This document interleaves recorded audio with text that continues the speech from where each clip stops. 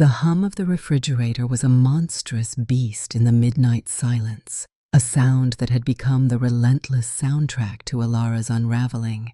Had you ever felt a silence so profound, so deafening, it actually had a noise? A noise that clawed insidiously at the very edges of your sanity, making you utterly desperate for any distraction, any escape, even a dangerous one. If that chilling whisper of desperation sounds hauntingly familiar, then you've found your people, your sanctuary.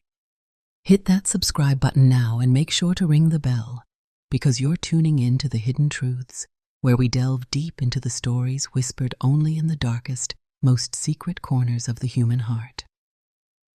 The velvet cloak of night had long since smothered the quiet, tree-lined street where Alara lived, a seemingly perfect suburban canvas for the escalating turmoil painting her inner world. Sleep, that elusive, taunting phantom, had once again cruelly abandoned her. Thoughts, sharp and tangled like a thicket of barbed wire, ensnared her mind as she lay cocooned in the oppressive darkness, listening with painful acuity to the amplified stillness of the house. Marcus hadn't come home. Again. His late returns had become a grim, predictable ritual, his excuses delivered with a practiced, almost theatrical warmth over the phone that only served to amplify the glacial, unbearable chill of his absence at home. The click of the latch downstairs, so faint it was almost a figment of her frayed, overstretched nerves. He was trying to be quiet, she knew, probably assuming with careless indifference that she was lost in oblivious slumber. But Alara was never asleep, not anymore. Each time he crept back into their shared sanctuary, their once sacred space, she was a silent, unwilling, tormented witness, listening to his careful, almost stealthy movements through the house they had once filled with unrestrained laughter and whispered dreams. There was something alien, something deeply unsettling in those sounds now, as if an imposter, a stranger, moved with stealth through familiar spaces, each soft footfall a painful reminder of the stranger her husband had become, or perhaps, more terrifyingly, the stranger she was becoming to herself. The house, once a vibrant, joyful tapestry of us, now felt like a sterile, cold, neutral territory, a desolate way station where no one truly belonged to anyone, least of all to each other. He eased into bed beside her, the mattress sighing heavily under his weight, a tiny, almost imperceptible shift in the landscape of their shared life that felt like a cataclysmic earthquake to Alara's heightened senses. His hand, a familiar, unwelcome weight, settled on her shoulder, a gesture that had once been a comforting, reassuring anchor in the storms of life, now felt like the perfunctory, dismissive touch of a caregiver checking on a difficult, unresponsive patient. She didn't recoil, didn't pull away, her body frozen by a strange paralysis, but deep within, a vital, essential part of her seemed to shrink, to wither and die under that empty, meaningless contact. "You awake, Elle?" His voice, thick with a weariness she no longer believed was solely from work, barely registered any genuine interest in her actual state of being. "No," she breathed, the lie a well-worn, threadbare shield, an automatic, almost reflexive defense against further hurt, further soul-crushing disappointment. And then the void. The vast, echoing emptiness. They lay side by side in the suffocating, cloying darkness, the silence between them growing heavier, more toxic, more poisonous with every passing, agonizing second. Alara ached to scream, to shatter the unbearable, crushing stillness, to give voice to the tempest raging within her, but the words were trapped, lost, suffocated in the arid, desolate wasteland their once fertile marriage had become. She couldn't pinpoint the exact genesis of this insidious decay, this slow, agonizing death of their love. It hadn't been a sudden implosion, no dramatic, fiery confrontation. It was a slow, insidious erosion, like a beautiful, vibrant coastline surrendering, grain by infinitesimal grain, to an indifferent, relentless sea. They had stopped sharing the small, tender intimacies first, the whispered secrets, the shared smiles, then the larger anxieties, the fears, the hopes, the dreams had followed, until eventually they had stopped sharing anything meaningful, anything real, at all. Their conversations, when they occurred, were now hollow, empty shells. "How was your day, dear?" met with a clipped, dismissive, "Fine, busy, you know," and the inevitable, soul-wearying, "What are we doing for dinner tonight?" She remembered, with a pang of grief that was almost physical in its intensity, the heady, intoxicating rush of their early years, the endless, starlit nights spent unraveling the intricate, fascinating mysteries of each other's souls, their voices hoarse from talking, their hearts overflowing with love and hope. Now, even the silence, the vast, echoing silence between them, felt like a judgment, a condemnation, a painful, irrefutable testament to the yawning, unbridgeable chasm that had opened between them, a chasm that seemed utterly, hopelessly impossible to bridge. The following morning, under a sky the color of faded, worn denim, a sky that mirrored the bleakness in her soul, Alara walked with leaden feet towards the town's small, rather upscale market. The route was a familiar, deeply ingrained groove in her life. Each crack in the weathered pavement, each overgrown, untamed rosebush, a poignant landmark in her monotonous, increasingly unbearable existence. The ancient gnarled maples lining the street swayed with a gentle, melancholic rhythm in the crisp, biting mid-October air, their leaves a breathtaking, heartbreaking riot of crimson and gold, a beautiful, dying spectacle that felt like a cruel mockery of her own internal decay. Everything around her looked the same, a perfect, postcard-worthy picture of autumnal charm and suburban tranquility. But inside Alara, inside the secret, desolate landscape of her heart, everything was different. The gnawing, relentless emptiness, the persistent, anxious thrum of disquiet, was her constant, unwelcome companion, a suffocating shadow she couldn't outrun, couldn't escape. Something was profoundly, fundamentally, terrifyingly wrong, a deep-seated, insidious imbalance that she felt in her very bones, in the very marrow of her being. At the market, amidst the controlled chaos of the Saturday morning bustle, the scent of artisanal bread and freshly picked organic produce heavy in the air, she encountered Julian. Her neighbor from across the meticulously manicured lawn, a man whose existence had, until very recently, been merely a peripheral, inconsequential footnote in her carefully curated suburban narrative.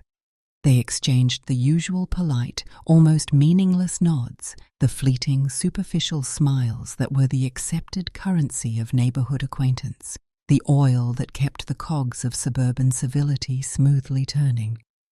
"Morning, Alara," he said, his voice a warm, resonant baritone, a surprising, welcome contrast to the pervasive chill in the air and in her heart. His smile was easy, open, genuine, and for some inexplicable reason, it made her feel a strange, unbidden, almost forgotten flutter of something. Hope? Anticipation? Fear? "Julian," she acknowledged, forcing a lightness, a casualness into her own voice that she most certainly didn't feel. He was by his slightly mud-splattered, rugged SUV, carefully arranging several canvas bags of groceries in the back. They nodded again, the standard, almost reflexive suburban greeting, but today, his gaze, when it met hers, was different. It lingered, just a fraction of a second longer than was strictly necessary, his eyes, a startling, intelligent, captivating shade of green, holding hers with an intensity, a directness that sent an unexpected, unwelcome shiver down her spine. It wasn't overtly suggestive, not predatory, not threatening, but it was aware. Deeply, unsettlingly aware. "Everything all right with you?" she found herself asking. The words more a nervous, reflexive tick, a desperate attempt to fill the suddenly charged silence, than a genuine inquiry into his well-being. "Yeah, just the usual relentless grind, you know." He shrugged, a casual, easy deflection. But she saw, or perhaps imagined, a fleeting shadow of something deeper, something more complex, in the depths of his expressive eyes. "You know how it is some days. Sometimes feels like you're just spinning your wheels in thick mud, not really getting anywhere meaningful at all." His words, so casually, so artlessly delivered, resonated within Alara with a shocking, painful, almost visceral accuracy. Marcus's increasing, almost deliberate remoteness, his emotional and physical absence that felt like a constant low-grade abandonment, the suffocating, deafening silence of their meticulously decorated, yet emotionally barren home. It all coalesced in that moment into a tidal wave of profound, undeniable understanding that crashed over Alara with brutal, devastating force.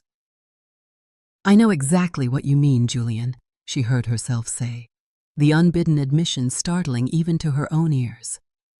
A sudden, sharp tightness constricted her chest, making it momentarily difficult to breathe, to think.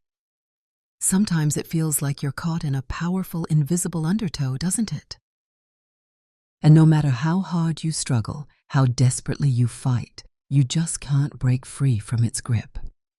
Julian looked at her then, a flicker of initial surprise, then a dawning, profound recognition in his intense green eyes. He hadn't expected such raw, unvarnished honesty, she could instantly tell. Their gazes locked, held, and in that brief, supercharged moment, an invisible, palpable current seemed to arc between them, a silent, profound acknowledgement of a shared, unspoken, perhaps even unacknowledged truth. Something profound, something almost imperceptible, yet utterly seismic, shifted irrevocably within Alara. Ever think about just radically, completely changing things up?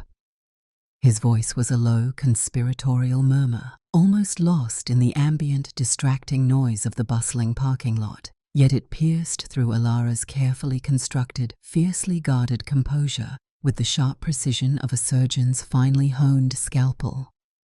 "Change what exactly?" she asked, her voice a little breathless, a little shaky, though a dangerous, seductive, exhilarating understanding was already beginning to dawn in the most hidden, most secret recesses of her lonely heart. Julian tilted his head almost imperceptibly, a stray lock of dark, rich chestnut hair falling across his brow, shadowing his eyes. His eyes, when they caught the pale autumn light, against the backdrop of the gunmetal gray, indifferent sky, seemed to hold a mischievous, an almost knowing, irresistible glint. "Everything, Alara. Your whole entire life. The way you're living it, or perhaps not living it. The people who are in it, or more importantly, the people who are conspicuously, painfully not in it anymore." She couldn't form an immediate response. Her thoughts swirled, a chaotic, dizzying vortex of disconnected images and overwhelming emotions. Marcus's face, still handsome, yes, but now deeply etched with lines of a profound weariness that so painfully mirrored her own. The echoing, oppressive silence of their beautiful, empty house, a magnificent mausoleum of dead dreams and unspoken sorrows. His hand, his familiar hand, on her shoulder in the dead of night, a touch that was meant to connect, to reassure, but which now only served to cruelly highlight the vast, unbridgeable, desolate distance between them. And now, standing before her, radiating an unexpected warmth, an unnerving understanding, was this man, Julian, someone who had always been just there, an unremarkable part of the suburban scenery. But in this precise moment, illuminated by the stark, almost brutal honesty of their brief charged exchange, she saw him differently, completely differently, His words, so unexpected, so audacious, so dangerously resonant, had etched themselves deeply onto her consciousness, leaving an indelible, burning mark, a terrifying, seductive question mark, where once there had been only numb, resigned, hopeless acceptance. They stood there, suspended in a silence that was utterly, profoundly unlike the oppressive, suffocating quiet she shared with Marcus. This silence wasn't empty, wasn't dead. It was charged. It was vibrant. It was humming with unspoken possibilities, with the intoxicating, terrifying allure of the utterly unknown. Alara noticed, with a small shock, that her fingers were trembling, and quickly, self-consciously, thrust them deep into the pockets of her wool coat. "Well, I should probably get these groceries inside before they spoil," she stammered, gesturing vaguely, ineffectually, towards her own car, a sudden, urgent, overwhelming need to escape the raw intensity of the moment, to retreat from the unfamiliar, deeply dangerous emotions that were stirring, awakening within her. She wasn't ready for this. She wasn't. Julian nodded, a slow, deliberate, understanding movement, but just as she began to turn away, to make her escape, his voice, quiet yet firm, resonant with an unspoken invitation, reached out to her, a lifeline or a snare, she couldn't yet tell which. "Alara, if you ever need to talk, really, truly talk, you know where I am, right across the street." She walked away then, the weight of his gaze, his unspoken understanding, a tangible, almost physical pressure on her back. With each hesitant step she took, the knot of tension, of anxiety, of a strange, terrifying excitement inside her tightened, grew more acute. Her thoughts were a jumbled, chaotic mess, her emotions a tangled, indecipherable skein of fear and a strange, unfamiliar, exhilarating hope. She knew with a certainty that was both wildly exhilarating and deeply, profoundly unsettling, that this brief, charged, seemingly innocuous encounter was more than just a casual, meaningless chat in a mundane grocery store parking lot. It was a fissure, a tiny, almost invisible crack in the smooth, carefully polished facade of her carefully constructed, yet increasingly unbearable life, a crack through which a dangerous, seductive, irresistible light was beginning to seep, to beckon. But she had no idea, absolutely no idea where it might lead, or what or who might be irrevocably broken, shattered, if she dared to take even one more step towards it. What would you have done in Ilara's precarious shoes? Would you have dismissed this encounter, rationalized it away? Or would that undeniable spark of human connection have been too powerful, too tempting to simply ignore? Tell us your honest thoughts in the comments below. And if you're finding yourself undeniably captivated by Ilara's unfolding journey, make sure you've liked this video and eagerly subscribe to my channel now. We promise, we're only just getting started. A long week crawled by with agonizing slowness. Life, ostensibly, superficially, snapping back into its predictable, soul-crushingly monotonous rhythm. As if that intensely charged encounter in the market parking lot had been nothing more than a fleeting figment of Ilara's overactive, starved imagination. Work was a relentless, mind-numbing blur of looming deadlines and pointless meetings, a sterile, unforgiving landscape of intricate spreadsheets and impenetrable corporate jargon. Household chores, the endless, Sisyphean tasks that offered no real sense of lasting accomplishment, only a temporary, illusory respite from the encroaching chaos. And then there were the evenings, the long, desolate evenings spent in the company of Marcus, a carefully, painfully choreographed dance of mutual avoidance, of shared physical space and vast, separate emotional realities.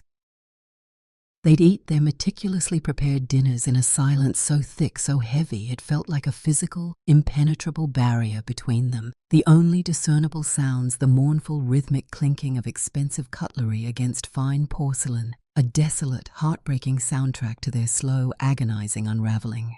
Afterwards, he'd inevitably retreat with a sigh of what sounded like relief into the cool, impersonal, blue glow of his oversized laptop screen, his fingers flying with an almost desperate intensity across the keyboard, a million miles away, in a world she couldn't access, while Alara feigned a deep interest in a critically acclaimed novel, the printed words blurring into meaningless, mocking hieroglyphs before her tired, tear-filled eyes. A persistent, insidious, low-grade irritation, an unscratchable, maddening itch simmered constantly beneath the placid surface of her daze, a tiny, whining mosquito trapped just beyond her reach, driving her slowly, inexorably to the very brink of madness. Driven by a desperate, almost primal, visceral need to somehow exorcise the mounting, unbearable tension, the coiling, suffocating anxiety that had become her constant, unwelcome shadow, Alara decided on a whim to go to the local, rather exclusive fitness center. It had been months, perhaps even closer to a full year, since her last proper sustained workout. Her body feeling leaden, unfamiliar, almost alien, a stranger to its own once familiar capabilities after endless, stultifying hours cocooned at home or hunched resentfully over her ergonomic, yet somehow still punishing, keyboard. The very moment she pushed open the heavy, imposing glass doors of the gym, the familiar, almost overwhelming sensory assault of the place enveloped her. The sharp, metallic tang of sweat and industrial strength disinfectant. The rhythmic, percussive whir and metallic clang of expensive weight machines. The low, guttural grunts of exertion. The distant, distorted, thumping beat of generic pop music. But cutting sharply, immediately through it all, was a distinct, almost electric, undeniable awareness. She felt a specific, focused gaze upon her. Julian, of course. He was there by the gleaming rack of free weights, his brow furrowed in intense concentration as he completed a punishing set of reps, his muscles sculpted and defined beneath his close-fitting workout shirt. Logically, rationally, Alara knew it was most likely, almost certainly, a pure, unadulterated coincidence. This was a popular, well-frequented local gym. His presence here, at this particular time, was hardly remarkable, hardly noteworthy. Yet, in that intensely charged, hyper-aware, almost surreal moment, their meeting felt fated, preordained. Another inexorable thread in the intricate, rapidly complexifying tapestry of whatever strange, compelling, terrifying destiny was currently, relentlessly unfolding between them. They exchanged a few brief, perfunctory, almost painfully awkward phrases, the usual polite, meaningless choreography of casual acquaintances. No overt, explicit acknowledgement of their previous, far deeper, more significant conversation, just the practiced, hollow pleasantries that served to lubricate the rusty cogs of strained social interaction. However, his gaze, as it had on that memorable morning in the parking lot, lingered a fraction of a second, a heartbeat too long, a silent, potent punctuation mark that spoke entire volumes, that hinted at vast, unspoken, unexplored depths.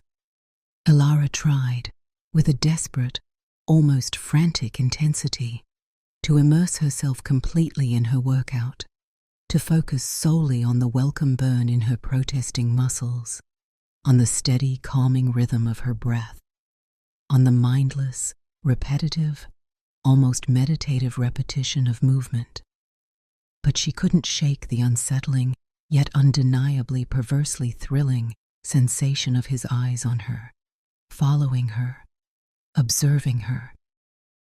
It wasn't lecherous, not overtly sexual in a crude or offensive way, but it was a constant, silent, unnerving awareness that prickled persistently at the frayed edges of her already tenuous concentration, a subtle, insistent hum beneath the turbulent surface of her consciousness. After her session, as she was toweling off, her muscles pleasantly aching, her mind strangely clearer, ready to make her hasty escape back into the numb, sterile familiarity of her carefully ordered, yet emotionally barren life, he approached her. There was a new, intriguing quality in his eyes, a quiet, unspoken, yet palpable proposition that hadn't yet found its explicit voice, a subtle, almost imperceptible shift in the charged, electric energy that always seemed to crackle between them. The tension that had been coiling, tightening within her for days, for weeks, for what felt like an eternity, ratcheted up another dangerous notch, becoming almost physically unbearable. But instead of turning away, instead of fleeing as every rational, self-preservational instinct screamed at her with deafening urgency to do, Alara found herself inexplicably, dangerously rooted to the spot, waiting. As if some deeply hidden, subconscious part of her, some reckless, unacknowledged, starved yearning, was actively, desperately, willing him to finally articulate the unspoken words that hung, heavy, pregnant, and tantalizing, between them. "Fancy a quick coffee, Alara?" His voice was studiously, almost painstakingly casual, deliberately nonchalant, yet a subtle, almost undetectable inflection, a hidden, fleeting tremor, a brief, unguarded vulnerability in his intense green eyes, made Alara's traitorous heart perform an erratic, hopeful, terrifying little leap of anticipation. "I suppose I could manage one," she replied, striving with all her might for an air of cool indifference, of casual, unconcerned acceptance, even as a veritable maelstrom of fierce anticipation and profound apprehension churned violently within her, a chaotic, exhilarating, terrifying symphony of burgeoning desire and deep-seated programmed dread. They found themselves minutes later in a small, unassuming independent café a few short blocks from the gym, a cozy, slightly bohemian, art-filled establishment with comfortably mismatched, well-loved furniture and the rich, intoxicating, comforting aroma of freshly ground, dark-roasted coffee beans.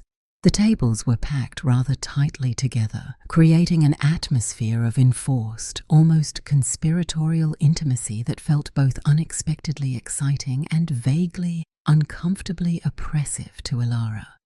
They chose a small, relatively secluded table tucked away by a large, slightly dusty window, the late afternoon sun casting long, apologetic, melancholic shadows across the worn, scarred linoleum floorboards. How utterly, completely random, Alara thought, desperately trying to convince herself, to reassure herself, that we should end up here, like this, together, sharing this small, stolen, illicit-feeling moment out of time. It was just a coincidence, wasn't it?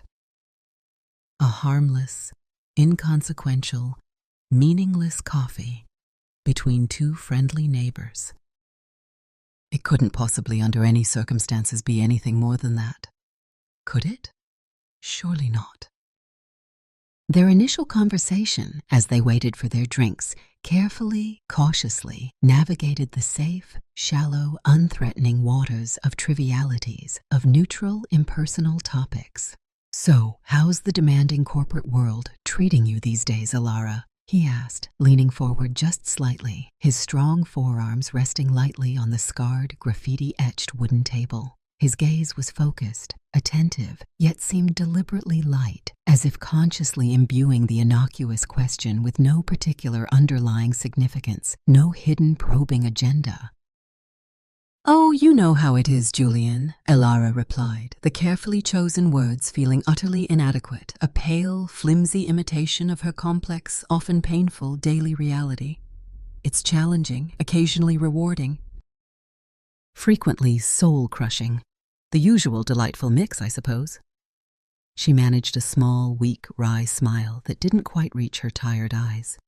She then volleyed the conversational ball back into his court, almost as an afterthought, then immediately realized with a sudden, disconcerting jolt of surprise that she was actually genuinely curious about his answer, about his life, his passions, his struggles beyond the superficialities of their brief, occasional neighborhood encounters. "And you?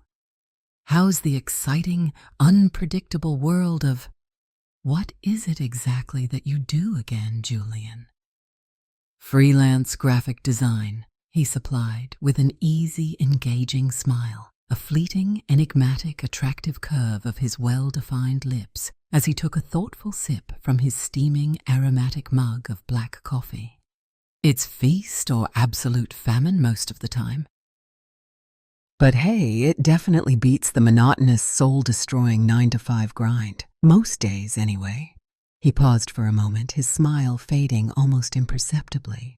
"Sometimes, though, if I'm being perfectly honest, it just feels like you're pouring all your creative energy, all your passion into something ultimately ephemeral. Something that doesn't really give anything truly substantial, anything lasting back in return, you know?" "And what does give something truly substantial back then, Julian?" The question, sharper, more direct, more intensely probing than Elara had intended, or would have ever consciously allowed, slipped out, unbidden, unstoppable. She hadn't planned to ask it, hadn't intended to venture so boldly, so recklessly, into such deeply personal, potentially revealing, dangerous territory. But once the words were uttered, once they were released into the suddenly charged electric air between them, she realized with a startling, almost frightening intensity that she desperately, urgently, profoundly wanted, no, needed to know his answer. Julian looked at her then, truly looked at her, his gaze holding hers captive for a beat, 2 beats, longer than polite, casual conversation typically dictated. His easy, charming smile had vanished completely now, his expressive features morphing into something far more serious, more intensely contemplative, more openly vulnerable than she had ever seen before. "That's the real million-dollar question, isn't it, Elara?" he said very quietly, his voice a low, resonant, almost mesmerizing rumble that seemed to vibrate deep within her.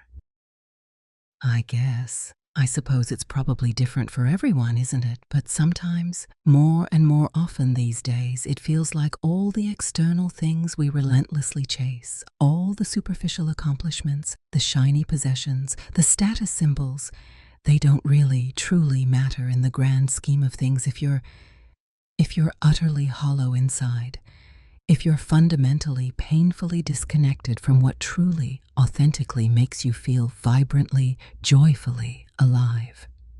His words, so simple, so direct, so profoundly honest, resonated deep, deep within Elara, striking a raw, exposed, agonizingly sensitive nerve, echoing the silent, desperate, unending lament of her own starved, neglected, lonely soul. Hollowness, disconnection, emptiness. Yes, that was precisely it. That was the insidious, invisible specter that relentlessly haunted her waking days, the silent, unwelcome, oppressive tenant in the beautifully decorated, yet emotionally desolate house of her carefully constructed, yet ultimately unfulfilling life. But she had never, ever voiced it, never dared to give it a name, a shape, a form, not even to herself in the darkest, most solitary hours of the night, let alone to Marcus, her husband, the man who was supposed to be her closest confidant, her soulmate. It was a terrible, shameful truth she had kept buried deep within, a secret, festering wound she had pretended for so long, for too long, didn't exist, A truth that now, in the unexpected, disarming presence of this near stranger, this intriguing, perceptive man, felt dangerously, thrillingly, terrifyingly close to the fragile, fracturing surface. They continued to talk for what felt like hours, yet was probably only a little over one, their conversation meandering effortlessly, surprisingly, through a vast, shared landscape of surprisingly similar experiences and refreshingly divergent perspectives. Movies they'd both loved and hated, books that had profoundly changed their outlook on life, the subtle, often unsettling, almost imperceptible ways people inevitably transform, evolve, or devolve over the relentless passage of time, the cherished, brightly colored dreams they'd once so fiercely, so hopefully harbored, and the difficult, often painful compromises they'd both, in their own ways, reluctantly, inevitably, made along the winding, unpredictable path of life. But beneath the seemingly placid, innocuous surface of this surprisingly easy, comfortable, stimulating exchange, an undeniable, powerful undercurrent of something far more profound, far more significant, far more dangerous, flowed, silent and strong.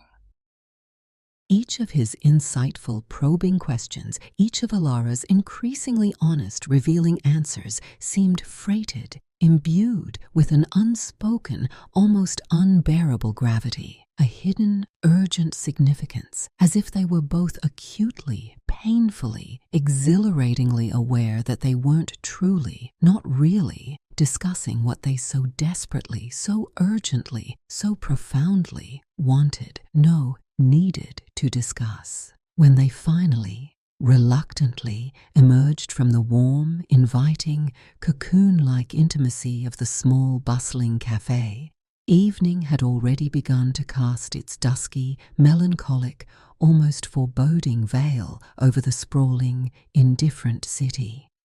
The air was crisp, cool, carrying the faint, distinctive metallic scent of impending, much-needed rain, and Alara felt her shoulders, her entire body, tense with an almost unbearable accumulation of unexpressed emotion, of unspoken, forbidden desires, of dangerous, intoxicating possibilities. She was just on the verge of uttering a polite, if somewhat reluctant, slightly regretful goodbye, of making her hasty, sensible retreat back into the sterile, predictable safety of her carefully constructed, yet increasingly suffocating life, when Julian suddenly stopped, his hand lightly, perhaps accidentally, perhaps not, brushing hers for a fleeting, electrifying instant.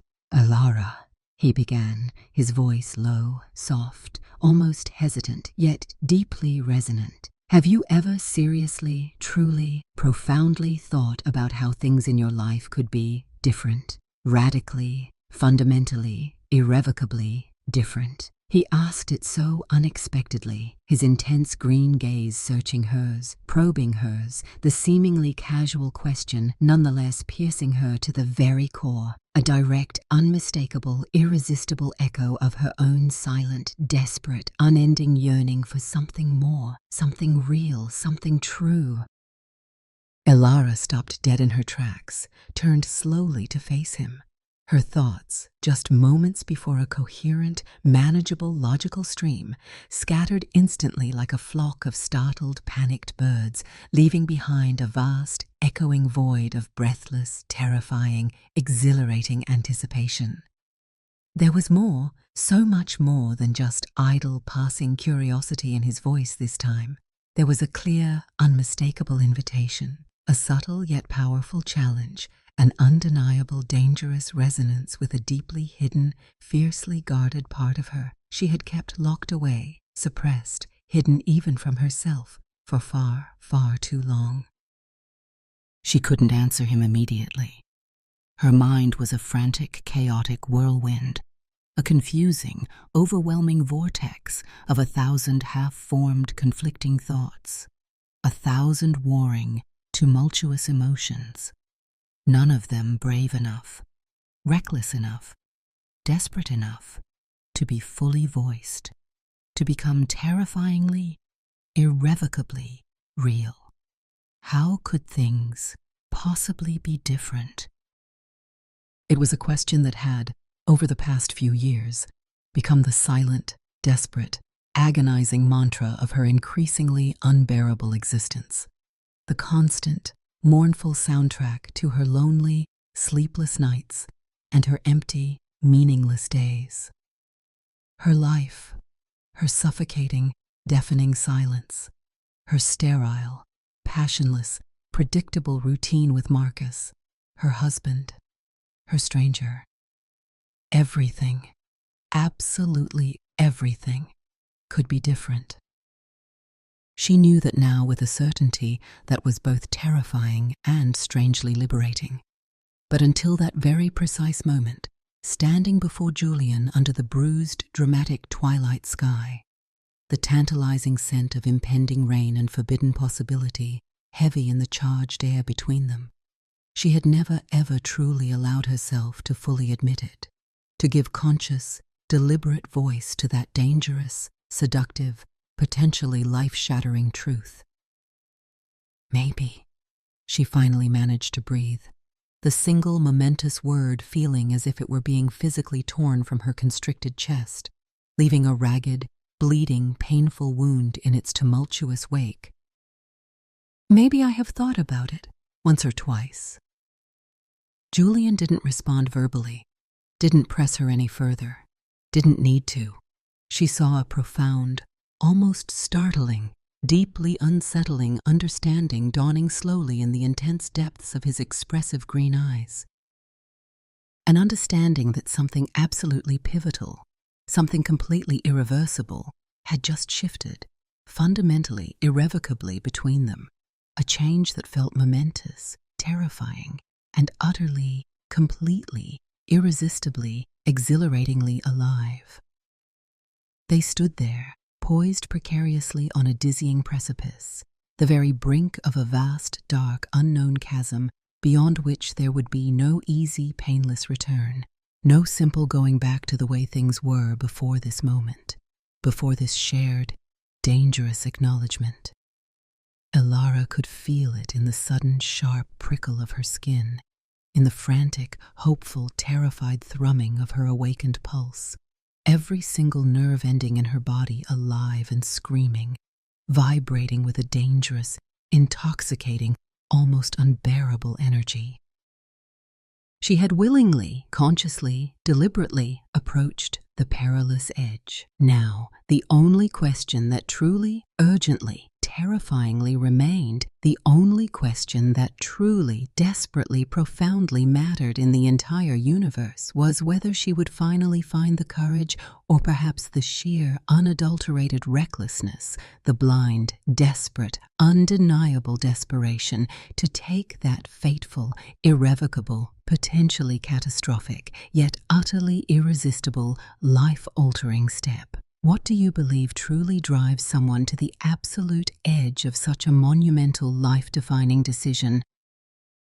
Is it unadulterated courage, or is it simply blind, desperate recklessness?